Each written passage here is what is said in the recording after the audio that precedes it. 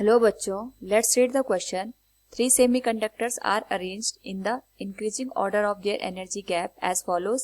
The correct arrangement is. Now, first of all, we will discuss here the key concept, which is energy band in different materials. तो जो energy band होता है for a particular material, अगर हम उसको define करें, it is given as the difference between conduction band and valence band. किसी material में जो वैलेंस बैंड होता है और कंडक्शन बैंड होता है, उनकी एनर्जी के बीच का जो डिफरेंस होता है, इसी डिफरेंस को हम यहाँ पे एनर्जी गैप या फॉरबिडन एनर्जी गैप के नाम से जानते हैं.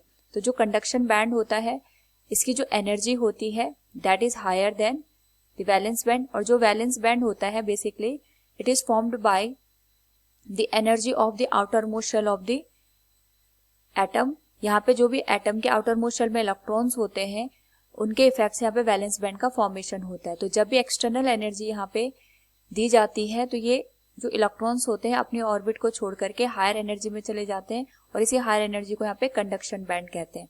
तो यहाँ पे जो कंडक्शन बैंड होता है उसमें इलेक्ट्रॉन फ्री स्टेट में होते हैं, और इसी की वजह से हमें यहाँ पे इलेक्ट्रिसिटी मिलती है.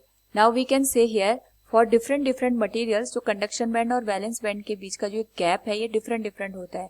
लाइक अगर हम बात करें यहाँ पे टिन की, तो टिन के लिए या फिर हम यहाँ पे कंडक्टर को कंसिडर कर सकते हैं. इसके लिए जो कंडक्शन बैंड और वैलेंस बैंड होता है अप्रोक्सीमेटली ये ओवरलैप एक दूसरे के साथ होता है, यानी इसकी जो Eg की वैल्यू होती है अप्रोक्सीमेट 0 होती है.